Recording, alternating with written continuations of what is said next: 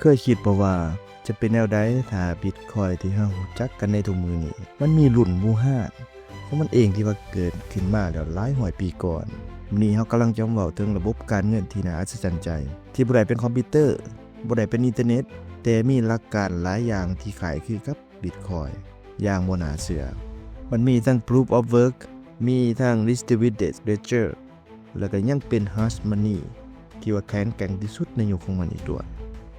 เรื่องราวนี้ได้ถูกยกขึ้นมาเป็นกรณีศึกษาสำคัญในบทที่ 2 ของหนังสือ The Bitcoin Standard ซึ่งได้เปิดเผยความลับเกี่ยวกับธรรมศาสตร์ที่แท้จริงของเงินมื้อนี้หามาเราจะพาทุกท่านไปถอดรหัส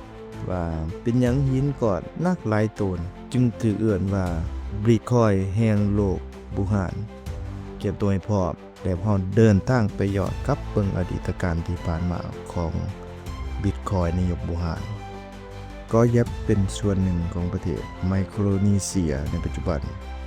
สิ่งที่น่าสนใจก็คือถึงก็ยับเองบ่มีหินปูนหรืออีกอย่างหนึ่งว่า limestone นั้นที่ใส่เฮ็ดหินไรซ์และพวกเขาไปเอามาแต่ใส่คำตอบก็คือพวกเขาต้องเดินทางโดยเรือคานูแบบบูฮานผ่านพาพายุคลื่นลมมรสุมในทะเลเป็นระยะทางไกลกว่า400กิโลเมตรเพื่อไปขุดเอาหินดังกล่าวมาเจาะจากเกาะเพื่อนบ้านที่ชื่อว่าปาลาอูการเดินทางนี้บ่แม่นเรื่องง่ายมันคือการเอาชีวิตเข้าไปแลกตามตำนานเล่าขานกันว่ามีชายผู้หนึ่งชื่ออนากุมังที่ได้รับคำสั่งจากเทพเจ้าให้เดินทางไปสอกหาหินที่เหลื่อมที่สุดเป็นประกายที่สุดอยู่ที่เกาะทางใต้เราและทีมงานของเราได้ค้นพบหินปูนที่เกาะปาลาอูและได้เริ่มแกะสลักมันเป็นรูปวงเดือนแต่สุดท้ายก็เป็นรูปทรงวงม้วนหรือวงกลมคล้ายคือกับดวงเดือนที่เต็มดวงและเจาะหูอยู่กลางเพื่อให้ง่ายต่อการขนส่งการสร้างหินไรซ์แต่ละก้อนคือ Proof of Work เป็นหยัง Proof of Work นี่แม่นการที่หาได้มายากเนาะการที่หาได้มาแบบบ่แม่นง่ายเกิดมา Proof of Work มันต้องใช้ความกล้าหาญใส่ทักษะในการเดินเรือและการเจรจาพัวพันกับหัวหน้าเผ่าของปาราอูหันเนาะแรงงานมหาศาลในการขุดค้นโดยเครื่องมือที่เฮ็ดจากเปลือกหอยและก็หินยิ่งการเดินทางนำเอาหินกลับมาเกาะแยบลำบากยากหลายเท่าใดหากมีคนเสียชีวิตในระหว่างการเดินทางหันประวัติศาสตร์ของหินก่อนดังกล่าวนั้นแฮ่งยิ่งมีคุณค่าสูงขึ้นหลายกว่าเก่ามูลค่าของหินไรซ์บ่ได้ขึ้นกับขนาดเพียงอย่างเดียวมันขึ้นกับ 1. ขนาดความสวยงามหินก้อนใหญ่และแกะสลักอย่างประณีตย่อมมีคุณค่าหลาย 2. ความยากลำบากในการได้มาประวัติศาสตร์และก็เรื่องเล่าที่ติดพันกับหินดังกล่าวนั้นเป็นสิ่งที่กำหนดมูลค่าอย่างมหาศาล 3. ชื่อเสียงของเจ้าของเดิมหากหินก้อนนั้นเคยเป็นของหัวหน้าเผ่าที่ยิ่งใหญ่มูลค่าก็จะเพิ่มขึ้นนี่คือจุด Bitcoin Standard เชื่อมโยงเข้ากับเรื่องนี้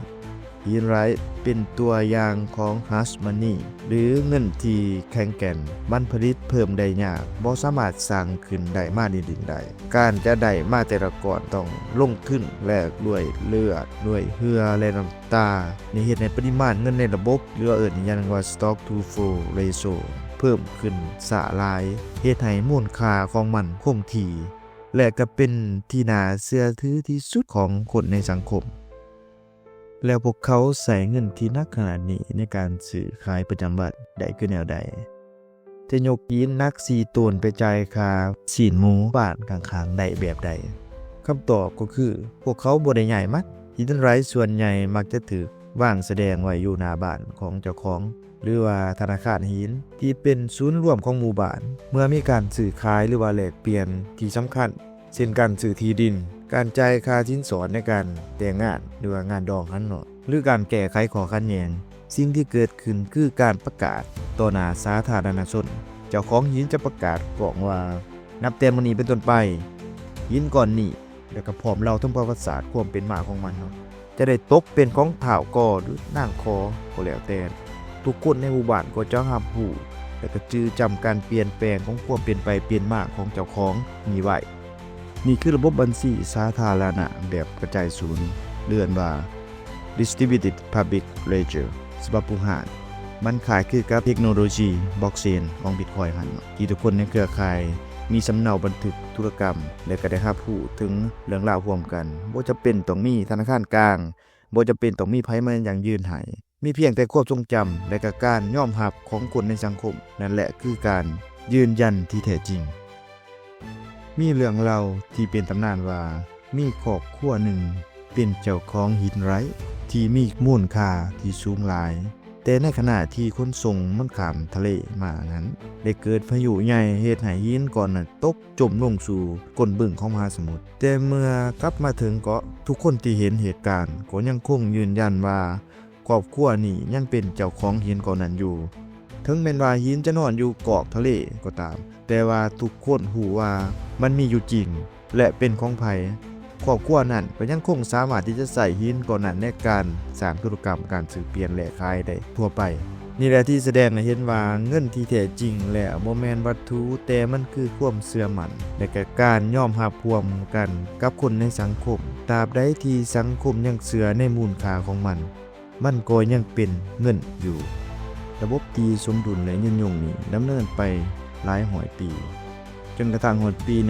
1871 ชายชาวไอริชอเมริกาคนหนึ่งชื่อว่าเดวิดดินโอคลิฟได้ลองเหือมาที่เกาะแยบโอคลิฟเป็นคนที่ฉลาดหัวใสเราเห็นโอกาสทางธุรกิจเราสังเกตเห็นว่าชาวเกาะแยบบ่ได้สนใจเรื่องเงินตาตะวันตกแต่สิ่งที่พวกเขาต้องการที่สุดคือหินไร้ในขณะเดียวกันเกาะแยบก็เต็มไปด้วยมะพร้าวแห้งและปิ้งทะเลที่เป็นที่ต้องการของตลาดโลกโอคลิฟคิดแผนการออกเราได้เดินทางไปที่ฮ่องกงไปซื้อเรือลำใหญ่และเครื่องมือที่ทันสมัยเช่นเหล็กแสลงและระเบิดเนาะเราได้ไปที่เกาะปาราอูและก็ได้ใช้เครื่องมือที่ทันสมัยเหล่านี้ในการขุดหินไร้ออกมาได้อย่างง่ายดายว่องไว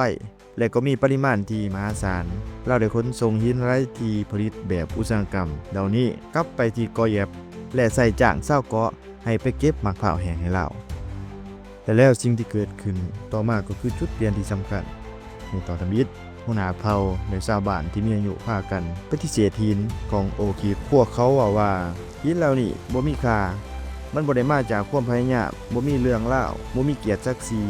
มันเป็นเพียงหินก้อนธรรมดาพวกเขาเข้าใจถึงหลักการของฮาร์ทมันนี่โดยสัญชาตญาณแต่บ่แม่นทุกคนที่คิดแบบนั้นสาวหนุ่มบางคนที่บ่เคยมีโอกาสได้เดินทางไปขุดหินด้วยตนเองเห็นว่านี่คือโอกาสที่จะได้เป็นเจ้าของหินไร้ได้ง่ายขึ้นพวกเขายอมเฮ็ดเวียกให้โอคลิฟเพื่อแลกเปลี่ยนกับหินไร้รุ่นใหม่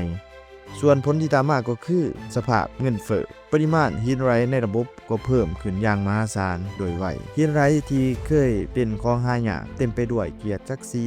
ฮอดบัดนี้แล้วสามารถหากันได้แบบง่ายๆขึ้นมูลค่าของหินไร้รุ่นเก่าที่ได้มาโดยความยากลำบากค่อยๆถูกทำลายลงความเชื่อมั่นในระบบเงินตราของหินไร้เริ่มสั่นคลอนและก็เริ่มสลายไปในที่สุดเมื่อเยอรมันเข้ามาปกครองเกาะแยบพวกเขาได้ประกาศใส่เงินมาร์กซ์เยอรมันเป็นเงินตราหลักระบบเงินตราหินไร้ที่เคยยิ่งใหญ่ก็ค่อยๆเลือนหายไปจากการใช้งานในชีวิตประจำวันเหลือไว้เพียงแต่การใช้เป็นพิธีกรรมที่สำคัญเท่านั้นเรื่องราวของหินไร้แห่งเกาะแยบให้บทเรียนที่ล้ำค่าแก่เฮาในยุคดิจิตอล 1. Hard money is king เงินตราที่ดีต้องยากต่อการผลิตเพิ่มความหายากและกระตุ้นทุนในการผลิตหรือว่า proof of work เป็นสิ่งที่ค้ำประกันมูลค่าของมันในระยะยาว 2. Easy money destroy value เมื่อได้ก็ตามที่เงินสามารถถือพิมพ์หรือว่าสร้างขึ้นมาได้อย่างง่ายดายมูลค่าของมันก็จะลดลงมันทำลายกำลังซื้อของคนที่เก็บออมและก็สร้างความบ่เสมอภาคในสังคม 3. Money is social agreement สุดท้ายแล้วเงินคือสิ่งที่คนในสังคมตกลงร่วมกันว่าจะให้ค่าของมันระบบจะอยู่ได้ก็ต่อเมื่อมีความเชื่อที่มั่นคงของสังคมโดยวิเคราะห์สถานะได้ยกเอาเรื่องนี้มาเป็นอุทาหรณ์เพื่ออธิบายเป็นหยังบิตคอยน์ด้วยปริมาณที่มีอยู่จำกัดเพียงแต่21ล้านเหรียญเท่านั้นเลยมีความยากในการขุดเพิ่มขึ้นเรื่อยๆจึงมีคุณสมบัติของฮาร์ดมันนี่คือกับหินไร้ในยกหุ่งเรื่องนั้นผมว่าเรื่องราวนี้จะให้ทั้งความรู้แล้วก็ความมวลซื่นในบรรดาท่านหมู่เพื่อนทุกคนเนาะที่สำคัญก็อย่าลืมกดไลค์กดแชร์กด Subscribe 2 5มาเราไว้เด้อเพื่อเป็นกำลังใจพวกเราในการ สอกหาข้อมูลหรือว่าสอกหาสาระดีๆมาแบ่งปันให้หมู่เพื่อนอีกสำหรับมื้อนี้ขอกล่าวคำว่าลาก่อนสบายดี